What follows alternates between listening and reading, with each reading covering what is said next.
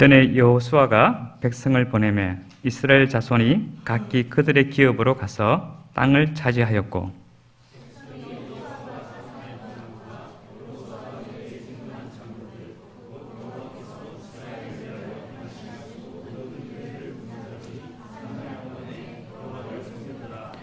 여호와의 종 눈의 아들 여호수아가 110세에 죽음에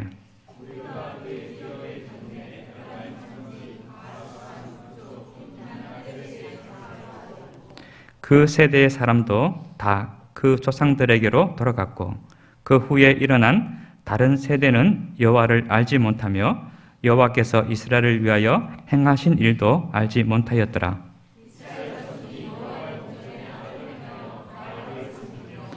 애굽 땅에서 그들을 인도하여 내신 그들의 조상들의 하나님 여호와를 버리고 다른 신들 곧 그들의 주위에 있는 백성의 신들을 따라 그들에게 절하여 여호와를 진노하시게 하였으되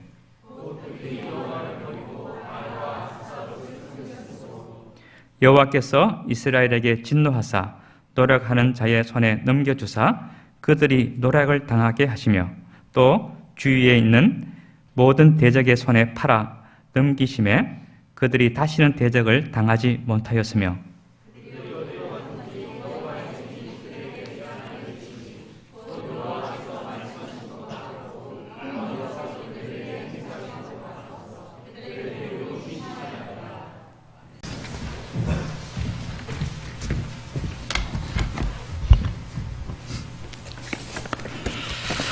이렇게 또 오래간만에 하나님 말씀을 가지고 교제하게 하신 하나님께 감사를 드립니다. 오늘 특별히 그 신앙이 대를 이어 전달되는 것이 얼마나 중요한가 그 문제를 가지고 얘기를 좀 했으면 좋겠습니다. 어떤 외국분이 한국에 오셔가지고 한국교회를 이렇게 둘러보시더니 최근에 이런 말씀을 하셨어요. 내가 영국을 가보니까 예수님께서 오래전에 지나가신 흔적이 남아있는 걸 보았고 미국 교회를 가보니까 얼마 전에 하나님께서 지나가신 그런 흔적을 볼 수 있었고 한국 교회에 오니까 막 예수님이 지금 지나가고 계신 것 같은 막 이제 뒤를 돌아가시는 그런 느낌을 받았다 그런 말을 했었습니다. 제가 그 말을 잘 생각해 봤는데 영국에 가면 지금 영국에 있는 교회들이 좀 심각하죠. 상당히 많은 교회들이 술집으로 팔려가지고 어떤 술집은 십자가를 떼지 않고 그대로 십자가가 달려있는 채로 술집으로 운영되는 건물이 있는가 하면 요즘에 많이 들어오고 있는 회교도 무슬림들이 그 교회당 건물을 사가지고 모스크로 사용하는 그런 건물도 적지 않습니다. 언제 영국이 그렇게 기독교로 부흥했었나 라는 의심이 들 정도로 안타까운 상황이 바로 영국 교회라고 볼 수 있습니다. 미국 교회 지금도 어떤 교회들은 굉장히 부흥하고 잘 되는 교회도 있습니다. 하지만 전반적인 교회의 상황은 주님이 지나가신 것 같구나 얼마 전에 이런 느낌을 들게 하고 이제 한국 교회가 그런 느낌을 들게 하는 막 지나가신 그런 느낌은 아닌가. 지금 우리나라의 큰 교단 중에 한 교단이 최근 통계를 내보니까 자기들 교단에 속해 있는 교회의 80%가 주일학교가 없었습니다. 주일학교가 없다는 것이 보통 문제가 아니죠. 앞으로 10년, 20년이 지나면 그 교회가 빌 것이라는 그런 의미가 있죠. 제가 속해 있는 KWMA 한국세계선교협의회라는 곳에서는 한 200여 개의 선교단체가 들어와 있는 연합체인데 여기에서 매년 선교사의 증감을 이렇게 통계를 내고 있습니다. 그러니까 매년 연말이 되면 그 한 해 동안에 새로운 선교사가 몇 명 나갔는가, 몇 명 들어왔는가, 어느 나라에 몇 명이 나가 있는가 이걸 통계를 내는데 2016년 통계가 참 많은 사람을 놀라게 했습니다. 그동안 2015년까지 10년 전에 우리나라 선교사가 매년 한 해에 평균 1,500명씩 새로 나갔습니다. 2015년에 몇 명이 나갔냐면 524명이 새로 나갔습니다. 2014년에 1,003명이 새로 나갔습니다. 그 전해가 1,500여 명이 나갔습니다. 한 해는 2,800명이 나간 적도 있습니다. 한 해 동안에. 그런데 2006년 작년 1월 1일부터 12월 31일까지 선교사가 몇 명 나갔는가? 0명 나갔습니다. 물론 0명이 아니에요. 왜냐하면 적어도 한 100명 이상이 새롭게 나갔어요. 그런데 여러 가지 이유로 선교사를 은퇴했거나 돌아가셨거나 아니면 들어오시게 된 분들을 계산해 보니까 나가고 들어오고 합해서 제로가 된 거예요. 지난 10년 동안에 한 해에 1,500명씩 선교사를 매년 보내던 한국교회가 2016년에 0. 제가 참 충격을 받았어요. 사실 이런 생각들을 해보면 너무 또 충격을 받고 속상할 필요는 없는 것 같아요. 왜냐하면 하나님께서 항상 새로운 나라, 새로운 민족을 들어서 쓰셨고 이제 그들의 그 쓰임받음이 끝나면 또 하나님께서는 다른 나라로 움직여서 또 그 나라를 쓰시고 기독교는 그렇게 해서 계속 왔어요. 그래서 사람들은 이게 변두리 효과라고 얘기합니다. 어떤 기독교가 막 부흥이 일어나면은 어느 변두리에선가는 새로 기독교가 일어나고 그 줄을 이루었던 이 중앙은 이제 사그라드는 거죠. 이런 역사를 지난 2000년 동안 계속 해왔습니다. 어쩌면 한국교회는 그동안 정말 감사하게 은혜로 기가 막히게 쓰임을 받다가 이제는 완전히 쇠퇴기에 접어드는 게 아닌가. 물론 지금도 하나님께서 한국교회를 들어 쓰시면 마지막 때 한 번 더 크게 일할 수 있죠.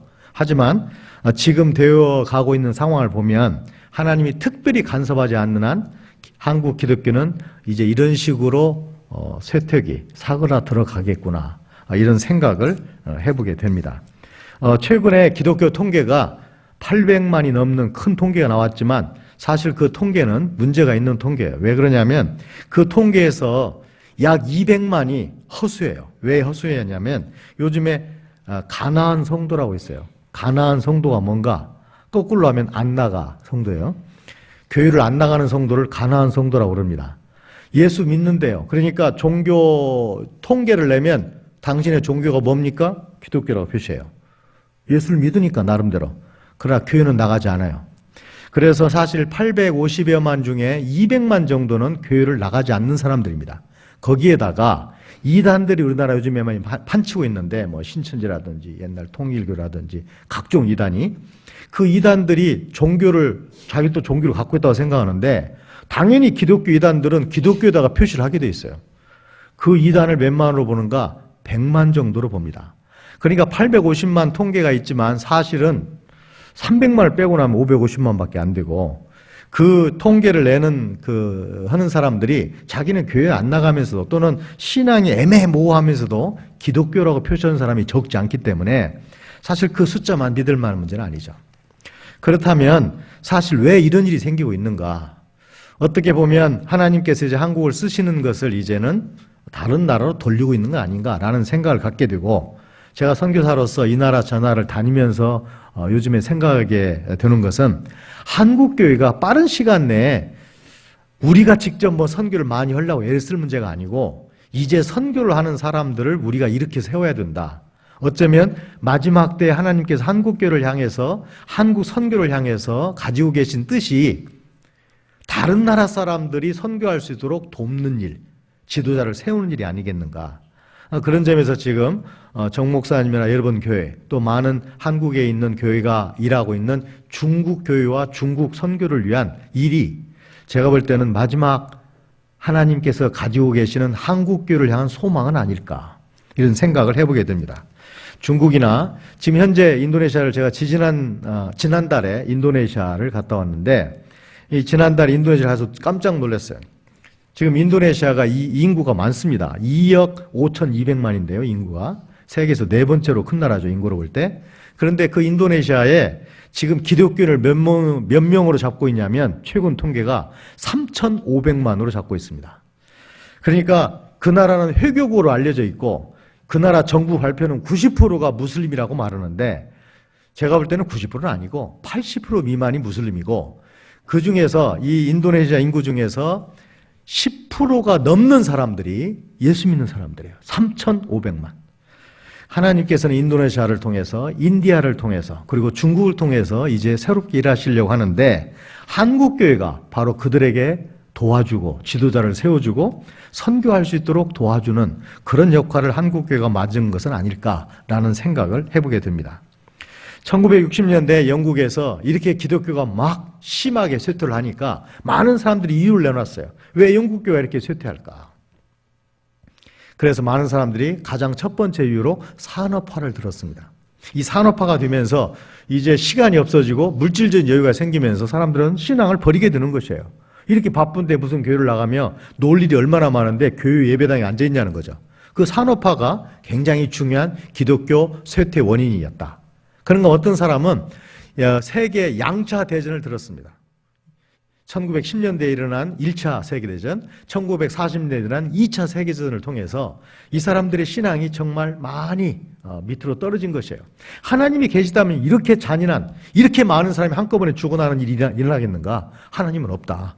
이런 분위기가 팽배해지면서 유럽 기독교가, 영국 기독교가 쇠퇴한 거 아니냐라고 이유를 내놨어요. 그런데 그 시대에 오직 한 사람은 다른 이유를 가지고 영국 기독교의 쇠퇴 이유를 댔습니다. 그게 바로 칼룸 브라운이라는 사람이에요. 이 사람이 쓴 책이 뭐냐면 영국 기독교의 사망이라는 책을 썼어요. 왜 영국 기독교가 이 사망에 이르게 됐는지 이 사람이 책을 썼는데 그 책에 보시면 여러 다른 이유보다도 근본적인 이유는 이것이었다고 이 사람은 주장합니다. 수세기 동안 이루어져 왔던 영국교회 안에 일어났던 신앙 계승의 실패라는 거예요. 사실 미국에만 가도 굉장히 유명한, 세계적으로 유명한 대학들이 많죠. 그 세계적으로 유명한 여러분이 알 법한 그 대학들이 누가 세웠냐면 목사들이 세웠어요. 왜 세웠는가? 영적 지도자를 키우기 위해서 세웠어요. 하나님의 지도자를 키우기 위해서 세상의 지도자, 특별히 신학교, 교회의 지도자를 키우기 위해서 세운 학교들이 지금 미국에 있는 세계적으로 유명한 대학들이에요. 그러나 그 어느 대학도 신학이 살아있거나 그 어느 대학도 영적인 지도자를 키우는 대학은 더 이상 존재하지 않습니다. 왜 이런 일이 생기는 것인가? 신앙 전수의 실패 때문에 그래요. 사실 이러한 일은 현재만 일어나는 게 아니라 3,500년 전에도 일어났어요. 오늘 우리가 함께 살펴보길 원하는 이 사사기에 보시면 3,500년 전에 이와 유사한 일이 일어났어요. 여기에 보시면 우리가 오늘 본문을 보고 깜짝 놀랄 만한 구절이 있습니다. 바로 마지막 절이에요. 15절이에요. 15절에 보시면 제가 쉬운 성경으로 읽어드리면 이스라엘 사람들은 싸우러 나갈 때마다 졌습니다. 여호와께서 그들에게 벌을 내리셨기 때문이었습니다. 여호와께서 전에 그들에게 경고하셨던 대로 되었습니다. 그래서 이스라엘 사람들은 많은 괴로움을 겪어야만 했습니다. 지금 이스라엘 사람들이 어떤 사람들이냐면 하나님께서 야곱을 통해서 이렇게 약속했습니다. 내가 너와 함께하고 네가 어디로 가든지 너를 지켜줄 것이다. 그리고 너를 다시 이 땅으로 데려오리니 내가 너에게 약속한 것을 다 이루어주기 전까지는 내가 너를 떠나지 않겠다. 이스라엘 사람들이 이제 모세를 통해서 출애굽을 한 다음에 하나님께 이렇게 약속하셨습니다. 신명기 28장 6절에 보시면 네가 들어가도 복을 받고 나가도 복을 받게 될 것이다. 이러한 복과 이러한 온갖 은혜를 다 체험하게 될 사람들이 이스라엘 사람인데 오늘 본문이 뭐냐면 이스라엘 사람들은 싸우러 나갈 때마다 졌습니다. 그들에게 하나님께서 벌을 내리셨기 때문입니다. 그건 하나님께서 경고한 그대로 된 것입니다. 이스라엘 사람은 그래서 많은 괴로움을 겪어야 됐습니다. 이 내용이 정말 하나님께서 말씀하신 그 축복의 내용과는 너무 상반되는 내용이죠. 왜 이런 일을 하고 있는가? 오늘 본문에 보시면 이렇게 되어 있습니다. 이스라엘 백성은 여호수아가 살아있는 동안 여호와를 섬겼고 장로들이 살아있는 동안에도 계속해서 여호와를 섬겼다. 그런데 이제 눈의 아들 여호수아가 죽은 다음에 여호수아와 같은 시대에 살았던 그 남아있는 장로들이 다 죽은 다음에는 그들이 하나님도 알지 못했고 하나님이 하신 일도 알지 못했기 때문에 그들이 하나님을 섬기지 않았다는 것입니다. 오늘 여기에 보시면 두 세대가 나와 있는 것처럼 보입니다. 하나는 여호수아 세대예요. 여호수아와 그와 함께했던 장로들이 살아있는 동안에는 이스라엘 사람들이 여호와를 섬겼다는 거예요. 그런데 그 다음에 일어난 세대는 하나님도 알지 못하고 하나님께서 하신 일도 알지 못하기 때문에 하나님을 섬기는커녕 이제 이 우상 숭배를 하고 그들이 하나님을 배반하는 일을 하게 됐다는 것이에요. 오늘 이 본문을 잘 보시면 두 세대가 나와 있는 것 같지만 다시 자세히 보면 두 세대가 바로 이어진 게 아니에요. 이 두 세대가 뭐냐면 전적으로 헌신한 세대, 여호수아 세대. 전적으로 하나님을 모르는 세대, 다른 세대 이렇게 되어 있지만 이 두 세대 사이에 낀 세대가 있다는 걸 알 수 있어요. 낀 세대. 어떤 사람이 신앙이 좋다가 나도 한때 좋았어. 그러나 지금은 교회도 안 나가. 이렇게 갑자기 변한 것 같지만 그 사람의 개인적인 신앙에도 낀 시대가 있어요. 하나님을 전적으로 잘 섬기던 시대, 그리고 이제는 교회도 안 나가고 하나님을 섬기지 않는 시대. 그 두 시대 사이에 끼어 있는 시대가 있단 말이죠. 오늘 여기 사사기 1장을 보시면 그 시대에 끼어 있는 사람들이 어떤 사람들인가를 볼 수 있습니다. 1장 1절에 보시면 여호수아가 죽은 후에 이스라엘 자손이 여호와께 묻자와 가로되 우리 중에 누가 먼저 올라가서 가나안과 싸우리니까. 굉장히 신앙적이죠. 하나님께서 가나안을 정복하라고 하시니까 이스라엘 백성이 묻습니다. 하나님, 어느 족속이 먼저 올라갈까요? 하나님이 대답하십니다. 유다 족속이 먼저 올라가라. 그래서 유다 족속이 먼저 올라가서 싸웁니다. 처음에 이깁니다. 그런데 1장 19절 보시면 이제 안타까운 구절이 나오기 시작합니다. 19절 보시면 여호와께서 유다와 함께 하신 고로 그가 산지 거민을 쫓아내었으나 골짜기의 거민들은 철병거가 있으므로 그들을 쫓아내지 못하였으며. 이 내용을 보시면 초기에는 산지 거민들을 쫓아냈어요. 그런데 골짜기의 사람들은 못 쫓아냈어요. 왜냐하면 지금으로 말하자면 그들이 탱크를 가지고 있었기 때문에. 이 어떻게 보면 당연한 것처럼 보이죠. 아니, 강하니까 못 쫓아낼 수 있는 거죠. 그런데 그렇지 않습니다. 왜냐하면 하나님께서 뭐라 약속하시냐면 네가 발바닥으로 밟는 땅은 다 주겠다. 내가 너희 조상 대대로 약속한 약속을 너희들에 이루게 해주겠다. 이게 하나님 약속이에요. 그러니까 이스라엘이 강하면 가서 이기고 이 사람이 약하면 그들을 정복하지 못하는 게 아니라 믿음으로 발바닥으로 밟는 땅은 다 네 것이기 때문에 이 전쟁이 여호와께 속했기 때문에 너희들은 힘이 약하고 강하고는 정복에 아무 이유가 안 된다는 거죠. 그런데 이 사람들이 철병거가 있기 때문에 쫓아내지 못했다는 것입니다. 그런가 하면 21절 보시면 베냐민 자손은 예루살렘에 거한 여부스 사람을 쫓아내지 못하였으므로 여부스 사람이 베냐민 자손과 함께 오늘날까지 예루살렘에 거하더라. 이 사람들이 쫓아내지 못하였기 때문에 이방 사람들이 예루살렘에 거하게 되었다는 겁니다. 27절에 보시면 므낫세와 베스안과 그에 딸린 마을 주민들 얘기하면서 주민들을 쫓아내지 못하며 가나안 사람이 결심하고 그 땅에 거하였더라. 안 쫓아내니까 이방 사람들이 이제 아예 결심을 하고 작심을 하고 거기 함께 살았다는 것이에요. 그 다음에 28절 보시면 이스라엘 사람이 강성한 후에야 가나안 사람에게 사역을 시켰고 다 쫓아내지 아니하였고. 이제 강해진 다음 이 사람들을 노역자로 쓴 겁니다. 노동자로 쓰는 것이에요. 뭐라고 되냐면 구체적으로 쫓아내지 않았다는 거예요. 이제는 29절에 보시면 에브라임 게셀에 거한 가나안 사람을 쫓아내지 못하매 그들 중에 거하였고, 30절에 보시면 쫓아내지 못하였으나 31절 보시면 쫓아내지 못하고 34절 35절에 보시면 그들을 쫓아내지 않고 사역을 시켰으며, 이런 내용이 계속되고 있습니다. 지금 하나님께서는 뭐라고 말씀하셨냐면 사사기 2장 2절에 너희는 이 땅 거민과 언약을 세우지 말며 그들의 단을 헐라하였거늘 너희가 내 목소리를 청종치 아니하였도다. 그리함이 어찌미뇨. 그러면서 뭐라고 말씀하시냐면 바로 그 다음 절에서 그러므로 내가 또 말하기를 내가 그들을 너희 앞에서 쫓아내지 아니하리니 그들이 너희 옆구리에 가시가 될 것이며 그들의 신들이 너희에게 올무가 되리라. 이 내용을 보면 하나님께서 믿음으로 그들이 나아가서 땅을 정복하면 되는 것인데 이 사람들이 여러 이유를 들어가지고 정복하지 못하거나 정복하지 않았어요. 너희들이 정복하지 않으면 어떻게 할 것인가? 바로 그들이 너희의 옆구리에 가시가 될 거라는 거예요. 옆구리에 큰 가시가 박혀 있다면 움직일 때마다 몸을 돌 때마다 얼마나 고통스럽겠어요. 옆구리에 가시가 될 것이며 그들의 신들이 바로 너희들의 올무가 될 거라는 거예요.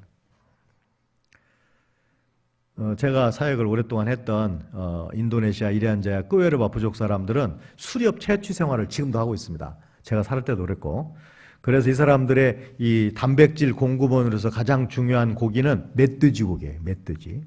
멧돼지를 키우는 게 아니에요. 멧돼지를 사냥을 하는데 사실 사냥을 하러 나가려면 굉장히 힘들고 귀찮아요. 왜냐하면 10명, 20명이 활과 창과 칼을 들고 막 소리를 내가지고 메뚜기를 한 골짜기로 모으고 거기에 이 화살조를 대기시켜가지고 화살을 쏘는 사람들이 활을 막 쏴가지고 멧돼지를 몇 마리를 한꺼번에 잡는 거예요. 너무 큰일이에요. 너무 고통스럽고 위험하기도 해요. 그래서 사람들이 쓰는 게 뭐냐? 올무를 많이 써요. 우리가 보통 군대에서는 부비추랩이라고 그러는데 그걸 많이 써요. 이 사람들이 멧돼지가 잘 다는 길이 있어요. 다니는 길. 멧돼지 발자국이나 멧돼지의 분비물을 보면 알 수 있죠. 그럼 거기에다가 얌이라고 우리의 고구마와 약간 유사한 그것을 땅에다가 살짝 묻어놔요. 고구마를. 그리고 묻어놓고 거기다가 조그마한 말뚝을 박아놓고 고리에다가 연결해가지고 이쪽에다가는 대나무, 그 주위에 여기 대나무가 큰 게 많습니다. 그래서 대나무를 가지고 휘어가지고 죽창을 3개, 4개, 5개를 박아놔요. 그래서 이 멧돼지가 이 주둥이로 이 고구마를 캐기 위해서 이렇게 하다가 이 고리를 탁 건들게 되면 이 고리가 그 말뚝에서 딱 빠지게 되면 그 위치에 죽창이 이 탄력으로 그대로 공격하게 돼 있어요. 그러니까 우리 주민들은, 우리 마을 사람들은 사냥을 하러 나가는 게 아니라 보통은 그냥 아침 저녁으로 점검만 하는 거예요. 아침에 가서 봐요. 그러면 밤새 다니다가 잡혀 있으면 멧돼지를 들고 와서 나눠서 먹으면 되는 거죠. 그 다음에 저녁에 자기 전에 한번 보고 하루에 2번씩 가가지고 자기가 여기저기 설쳐놓은 올무를 점검만 하는 것이에요. 만약에 잡혔다면 고기 멧돼지는 들고 오고 다시 활을 이 대나무를 휘어가지고 고리를 걸어놓고 다시 고구마를 덮어놓는 거죠. 이 일만 하면 정규적으로 계속해서 멧돼지는 잡히는 거죠. 그러니까 편하게 멧돼지 고기를 먹을 수가 있어요. 그게 올무예요, 올무. 거기에 딱 걸려들면 멧돼지는 죽는 거예요. 보통 아무리 큰 멧돼지라도 죽창을 3개, 4개 한꺼번에 맞게 되면 그 근처에서 돌다가 죽는 거예요. 바로 너희들이 쫓아내지 않게 되면 나도 쫓아내지 않을 것이고 바로 그들의 신이 너희들의 올무가 될 것이다. 너희들은 그것 때문에 넘어지고 그것 때문에 죽게 될 것이다. 이 말씀을 하셨던 것이에요. 자, 그렇다면 이 사람들이 왜 쫓아내지 않았을까? 바로 이 사람들이 바로 했던 것이 바로 타협이라는 것이에요. 사실 우리의 일상적인 삶에서 대화 생활에서 인간관계에서 타협은 좋은 것일 수 있습니다. 이 타협은 사전적 의미가 뭐냐면 이런 것이에요.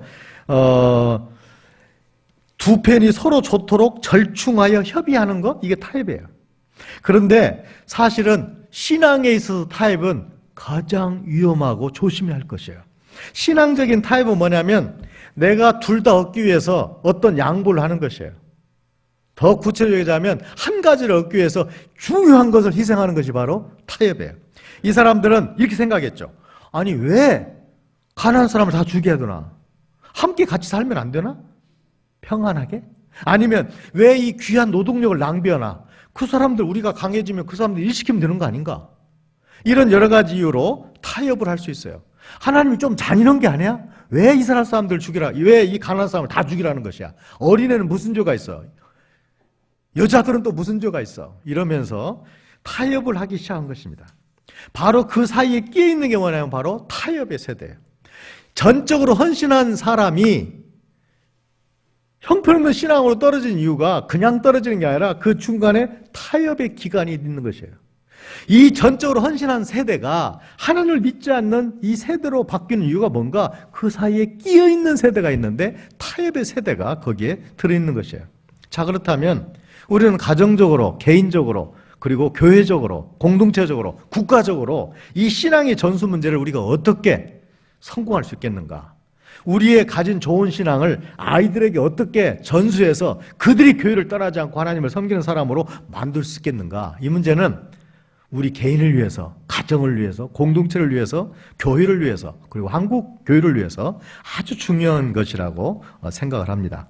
제가 신앙 전수에 성공할 수 있는 3가지를 여러분과 함께 나누고 싶습니다. 첫 번째로는 우리는 이 신앙 전수에서 하나님의 말씀을 가르치는 일에 특별한 관심을 가져야 된다는 것입니다. 하나님의 말씀은 그냥 저절로 전해지는 게 아니에요.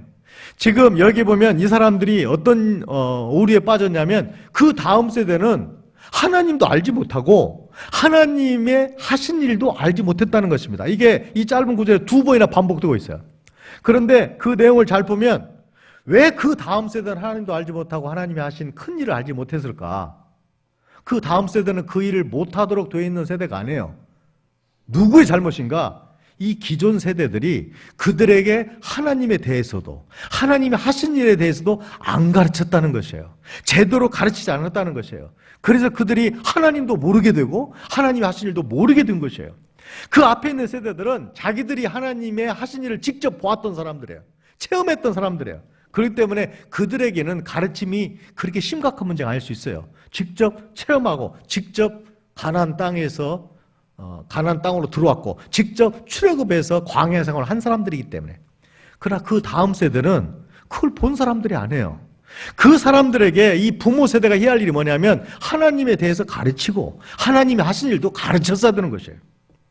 디모데 후서에 보시면 2장 2절에 신앙 전수, 성공적인 신앙 전수 3세대가 나오고 있습니다. 거기에 보시면 네가 많은 증인 앞에서 내게 들은 바를 충성된 사람들에게 부탁하라. 저희가 또 다른 사람에게 가르칠 수 있으라. 여기에 신앙의 3세대가 나오죠. 지금 바울이 디모데에게 편지를 씁니다. 너는 많은 증인 앞에서 나한테 배운 것을, 바울 나한테 배운 것을 너는 다른 충성된 사람들에게 부탁하라는 겁니다. 바울이 디모데를 가르치고 디모데가 충성된 사람들에게 가르치고, 그러면 그 다음에는 그 충성된 사람들이 디모데에게 배운 것을 또 다른 사람들에게 가르치게 될 거라는 것이에요. 바울, 디모데, 충성된 사람들, 충성된 사람들, 또 다른 사람들. 신앙의 전수의 3세대가 나오고 있는데 이스라엘 사람들이 잘못한 게 뭔가? 이 신앙 전수에 실패하고 있는데 말씀을 가르치지 않은 것이에요. 제가 그 선교지에 있을 때는 아이들을 신앙적으로 말씀적으로 가르치는 게 참 용이했어요. 왜냐하면 우리는 거기는 아무것도 없어요. 학교도 없고 직장도 없고, 그러니까 아이들은 홈스쿨링 하면 되고 아이들이 놀러 갈 때라는 게 없어요. 우리 동네에서만 살아야 돼요. 저희들도 방문하고 갈 데도 없어요. 전화 없지, 전기 없지, 아무것도 없으니까. 그러니까 우리는 매일 밤 아침에 큐티하고 저녁 시간에 가정 예배를 들 수밖에 없었어요. 그러다 보니까 신앙 전수가 가르치는 일이 자연스럽게 됐어요. 어떤 날은 이야기로 가르치기도 하고, 어떤 날은 성경 공부를 하기도 하고, 어떤 날은 아주 간단한 설교식으로 얘기도 하고, 그건 제가 알아서 한 것이에요. 그러니까 이 아이들이 어릴 때부터 계속해서 세뇌가 되다시피 하나님 말씀을 배우는 게 익숙해졌는데, 한국에 돌아와가지고 이 아이들이 각자 이제 자기 공부하고 친구들하고 어울리고 이렇게 보면서 내가 부모로서 아이들에게 정말 가르친 일이 뭐 있는가, 영향을 주고 있는가, 여기에 어느 날 심한 회의가 왔어요. 물론 저 힘으로 안 되는 게 많겠지만 그래도 내가 부모로서 이 아이들이 결혼하기 전까지라도 내가 뭔가를 계속 영향을 줘야 할 텐데, 그래서 제가 작년부터 지금 하고 있는 일이 뭐냐면, 물론 빼먹을 때도 많이 있지만 일주일마다 편지를 쓰는 겁니다. 3명의 아이들에게. 아빠의 편지라는 이름으로 제가 주일날 저녁에 아니면 월요일날 오전에 편지를 써요. 한 페이지 분량의 편지를 쓰는데 그 편지 내용이 뭐냐면 요즘에 제가 신앙적으로 고민하고 있는 문제, 아니면 요즘에 이번 주에 하나님께서 주신 말씀의 은혜가 됐던 부분, 이런 것을 나누는 것이에요. 그리고 아이들에게 제가 뭘 강요하냐면 너희들도 나에게 반응을 보이라는 거예요. 이 말씀이 어떤 점이 좋았고 어떤 점에 동의를 못했다든지 어떤 점에 힘이 됐다든지 어떻게 했는지, 아빠도 이렇게 너희들에게 말씀을 가지고 너희들이 나누니까 너희들도 일주일에 한 번 정도는 나한테 카톡이 됐든 뭐가 됐든 반응을 좀 보여라. 제가 그렇게 강요하고 있어요. 둘째 아이는 걔는 굉장히 이 말씀을 좋아해요. 제가 안 보내면 바로 연락이 와. 이번 주에 안 보내세요? 아빠의 지난주 이 말씀이 아주 저에게 큰 힘이 됐어요. 그래서 우리 친구들 모임에서 제가 이 말씀을 나눈 적이 있어요. 뭐 이런 반응도 하고. 왜 이런 일을 하게 됐는가? 부모가 아이들에게 말씀을 가르치고 신앙의 전수를 위해서 뭔가를 해야 되는 것이 부모 역할이기 때문에 그래요. 이스라엘 사람들이 신앙 전수에 실패한 이유가 뭐냐면 이 말씀을 가르치는 일에, 자식들을 가르치는 일에 이 사람들이 특별한 관심이 없었던 것이에요. 신명기 6장 5절 이하에 보면 너희들은 앉을 때나 들어갈 때나 밖에서나 아닐 때나 어디에서나 자녀들을 가르치라고 되어 있는데 그걸 안 하는 것이에요. 여러 가지 이유 때문에. 지금 얼마나 바빠요. 가족이 한꺼번에 모여지기가 얼마나 힘들어요. 그럼에도 불구하고 부모들에게, 선생님들에게, 윗세대들에게 말씀을 가르치는 일에 대한 관심을 갖지 않는다면 신앙 전수는 실패할 수밖에 없다는 것입니다. 두 번째로 왜 이들이 신앙 전수에 실패하고 있는가? 신앙 전수의 가장 무서운 적이 아까 말씀드린 것처럼 타협이라는 사실을 정확히 기억하지 못하고 있어요. 사실 왜 이스라엘 사람들은 이렇게 쉽게 타협에 빠져버렸을까? 그게 그렇게 오래 가지도 못한 것이에요. 겨우 1세대 유지하다가 2세대 가면서 이렇게 신앙이 타락해버릴 수밖에 없는가? 그들은 타협하는 데 대한 특별한 이유가 있는 건 아닐까? 맞아요. 그들 나름대로의 타협의 신앙에 빠져버린 이유들이 있습니다. 첫 번째로 왜 사람들은 타협에 빠지냐면 하나님의 말씀을 전적으로 신뢰하지 않게 되면 타협점을 찾게 돼요. 하나님께 이렇게 하라라고 말씀하시는데 그 말씀을 내가 전적으로 신뢰하지 않으면 그 타협의 길을 모색하게 되어 있어요. 여호수아 1장 3절을 보시면 내가 모세에게 말한 바와 같이 무릇 너희 발바닥으로 밟는 땅 다 주겠다. 이 말씀을 그대로 믿었다면 이 사람들은 그냥 진격하면 되는 것이에요. 들어가면 되는 것이에요. 강하고 약한 문제는 자기들 소관이 아니에요. 하나님이 하실 일이에요. 왜냐하면 전쟁은 하나님께 속했기 때문에. 그런데 그 말씀을 그대로 믿지 않기 때문에 강해, 약해, 저 사람들은 철병거가 있어. 이런 생각을 하면서 타협하게 되는 것이죠. 그런가 하면 두 번째 이 사람들이 타협의 길을 선택하게 된 이유는 뭐냐면 눈앞의 이익에 눈이 가려서 그런 것이에요. 오늘 이 사사기에 보시면요. 1장에만 노역을 시켰다. 가나안 사람에게 일을 시켰다는 구절이 4번 나옵니다. 28절, 30절, 33절, 35절에 일을 시켰다고 되어 있어요. 그런데 그 당시 일을 시켰던 일 시킴을 받았던 가나안 사람들이 몇 명으로 보는가? 약 10만 명으로 봅니다. 노역자가 10만 명.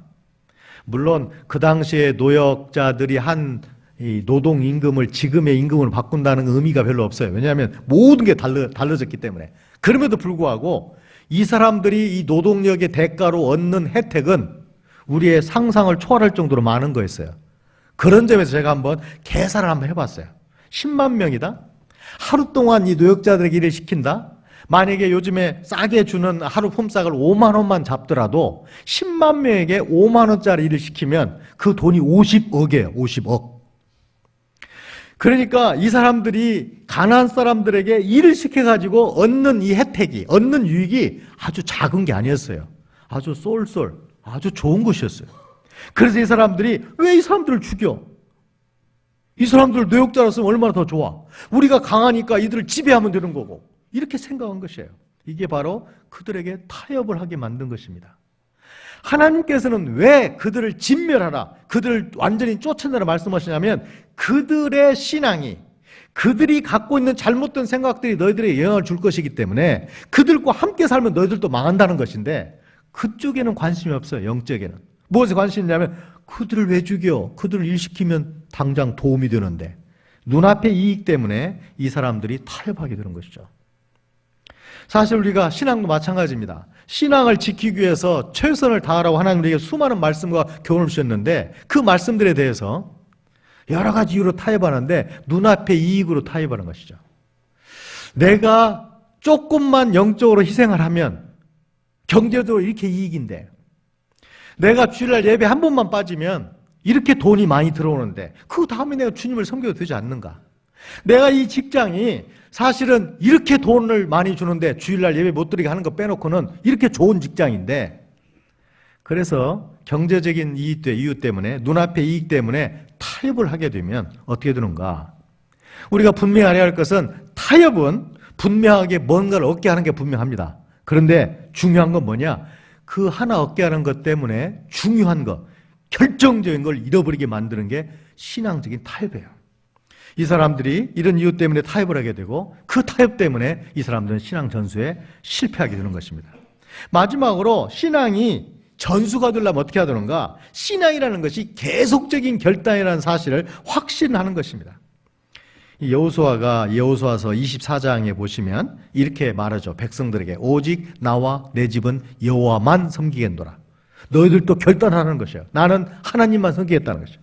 그러면서 이제 이 백성들이 말하죠. 우리도 당신처럼 하나님만을 섬기고 싶다고 그러니까 이 여호수아가 이렇게 얘기합니다. 23절에서 여호수아가 이르되 그러면 이제 너희 중에 있는 이방 신들을 치워버리고 너희의 마음을 이스라엘 하나님께 여호와께로 향하라는 거예요. 여호수아가 하나님을 섬기는 삶, 전적으로 의지하는 삶을 두 가지로 설명. 하나는 뭐냐면 우상을 버려라. 두 번째로는 너희 마음을 하나님께로만 향하라는 것이에요. 결국 바른 신앙은 뭔가 이러한 결단을 매일매일 하는 것입니다. 나에게 있는 우상을 매일매일 버려가고 내 마음을 하나님께로만 향하도록 매일매일 우리를 결단시키는 것이에요. 어떤 사람들은 이렇게 생각하죠. 난 우상 섬기지 않는데, 내가 다른 신을 섬기지 않으니까. 그러나 그게 문제가 아니에요. 사실 우리에게 있는 우상은 꼭 우리가 생각하는 다른 종교, 다른 신을 섬기는 것만이 우상이 아닙니다. 특별히 골로새서 3장 5절에 보시면 땅에 있는 지체를 죽이라. 곧 음란과 부정과 사욕과 악한 정욕과 탐심이니 탐심은 우상 숭배니라. 탐심은 우상 숭배니라. 결국 하나님과 경쟁 관계에 들어가 있는 것은 다 우상이 될 수 있는 것이에요. 하나님을 믿을 것이냐, 내가 이것을 먼저 생각할 것이냐, 이렇게 하나님과 대등하게 경쟁이 되는 것이 있다면 그게 바로 우리의 우상이에요. 그런 점에서 돈이 우상이 될 수 있어요. 명예가 우상이 될 수 있어요. 자녀가 우상이 될 수 있어요. 어떤 사람은 공부가 우상이 될 수 있어요. 어떤 사람은 정욕, 남한테 인정받고 싶은 마음, 어떤 욕심, 이 모든 것들이 다 우상이 될 수 있어요. 왜냐하면 하나님과 경쟁 관계에 들어가는 것은 다 우상이 될 수 있어요. 그것을 순간순간 매일매일 버려가지 않으면 우리는 하나님을 제대로 믿는 게 아니다. 또 하나는 온전히 온 마음을 하나님께 향하라는 것이에요. 이 성경을 번역할 때요, 가장 황당하고 힘든 것 중 하나가 뭐냐면 거기에 해당되는 단어가 없는 것이에요. 어떤 말을 번역하는데 그 부족말에, 그 언어에 거기에 해당되는 단어가 없어요. 그럼 어떻게 해야 되죠?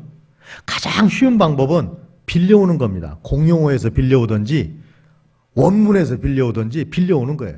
그런데 이 차용이라는 방법은 가장 안 좋은 방법이고 최후의 방법이어야 돼요. 왜냐하면 신의 이름이 없어요. 그래서 신의 이름을 빌리면 어떻게 되는가? 영원히 빌려온 신의 이름이 들은 것이에요. 제가 우리 부족말을 한번 조사해 보니까 신약성경 번역하는데 꼭 있어야 할 단어를 300단어, 핵심 단어라고 그러는데 300단어가 핵심 단어로 한다면 그 300단어 중에 60%만 있고 40%가 없어요. 그러니까 40%는 이 단어 때문에 고민을 해야 되는 것이에요. 가장 결정적으로 뭐가 없냐면 믿는다는 단어가 없어요. 끄웨로 말에. 그러면 믿는다는 단어가 없다는 말이 믿는다는 개념도 없다는 건가? 그건 아니에요. 이 사회가, 이 한 사람이 존재하려면 믿는다는 개념이 없으면 못 살아요. 지금 우리가 여러분이 이렇게 다 자리에 앉아 계신데 여러분 어떻게 뭘 믿고 앉아 계세요 지금? 지금 이 천장이 안 무너진다는 믿음 때문에 앉아 계신 거예요. 저도 이렇게 왜 서 있겠어요? 이 강대상이 갑자기 꺼지지 않는다는 믿음 때문에 이러고 있는 것이에요. 사실 모든 사람이 하고 있는 행동을 보면 다 믿음이 종류별로 깔려 있는 거예요. 그러니까 믿음이 없이는 사회가 존재할 수가 없어요. 그렇다면 꼬에르바 사람들에게 믿음이라는 단어는 없지만 분명한 건 믿음이라는 개념은 어디에 있을 것이다. 그 개념을 찾아가지고 그 개념을 통해서 믿는다는 단어를 대신해 주면 되는 것이에요. 그러니까 어떤 경우에는 문장이 될 수도 있고 어떤 경우에는 전혀 다른 비유적인 표현일 수도 있고 여러 가지 방법이 있겠죠. 끄에르바 말에 믿는다는 단어 없어가지고 고민을 많이 했어요. 제가 지금 기억해 보면 6개월 이상을 고민했어요. 그래서 자꾸 물어보는 거죠. 자꾸 상황을 가지고 테스트를 해보는 거죠. 믿는 개념을 어떻게 표현하는지. 그러다가 6개월이 지난 다음에야 그들이 믿는다는 내용을 어떻게 표현하는지를 제가 알게 됐어요. 이 사람들은 믿는다라는 단어는 없어요. 하지만 믿는다는 표현을 이렇게 해요. 내가 저 사람을 믿는다. 그 말 어떻게 표현하냐면 나는 저 사람만을 계속적으로 진실되게 생각합니다. 그게 믿는다는 표현이에요. 그러니까 요한복음에 수도 없이 나오는 믿는다는 말을 할 때마다 그 사람이 하나님을 믿었습니다라고 말한다면 이렇게 번역해 줘야 되는 것입니다. 그 사람이 하나님만을 진실되게 계속적으로 생각했습니다. 이게 믿는다는 개념이에요. 그러니까 믿는다는 한 단어로 끝나는 게 아니라 믿는다는 개념을 위해서 상당히 긴 한 문장을 써줘야 믿는다는 개념이 그들에게 전달되는 것이에요. 제가 그걸 번역하면 생각했어요. 어쩌면 이 우리 끄에르바 사람들이 굉장히 믿는다는 단어를 정확하게 알고 있구나. 성경이 말하는 믿는다, 이 헬라 말의 피스토스라는 말이 바로 그런 의미입니다. 신실성과 계속성과 오로지 집중하는 게 다 들어있어요. 이 사람들이 말하기를 나는 하나님만을 진실되게 계속적으로 하나님만을 생각합니다. 이 개념이 다 들어있어요.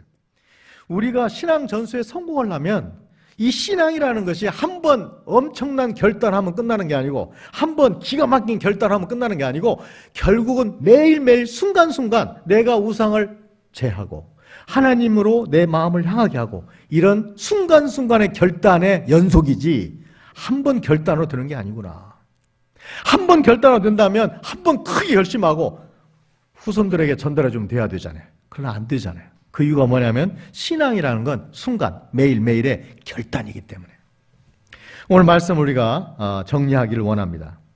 한 사회가, 한 교회가, 한 가정이, 한 사람의 신앙이 유지가 되려면 저절로 되지 않습니다.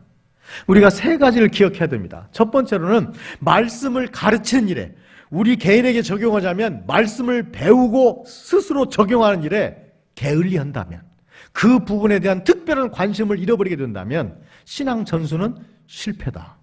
여러분이 아무리 하나님을 잘 믿더라도 여러분의 아이들은 다른 문제예요. 그 아이들에게 어떤 형태든 간에 영적인 영향, 말씀의 영향, 가르침의 영향을 끼치지 못하게 된다면, 관심을 갖지 않는다면, 그냥 남에게 맡겨버리고 나는 바빠서 그냥 산다면 그 아이들의 신앙이 어디로 떨어질 수 있는가?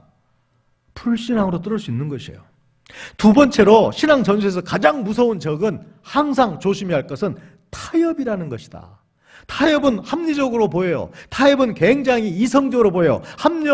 타협은 굉장히 사람이 마음이 열려있는 사람으로 보여요. 이것도 하고 저것도 하고. 그러나 이것도 하고 저것도 하는 것이 사실은 신앙을 좀먹는 것 뿐만 아니라 신앙을 망치게 하는 것이다. 우리의 일상적인 대화와 관계에서는 타협이 좋은 것일 수 있지만 신앙에 있어서의 타협은 분명히 뭔가를 얻게 하지만 더 중요한 걸 잃어버리게 만드는 게 타협이다. 마지막으로 신앙이라는 것은 매일매일 순간순간의 결단이지 한 번 결단했다고 한 번 잘했다고 끝나는 게 절대 아니다. 그 신앙의 결단은 두 가지 내용을 포함하는데, 하나는 매일매일 나에게 있는 우상을 제거해 가야 된다.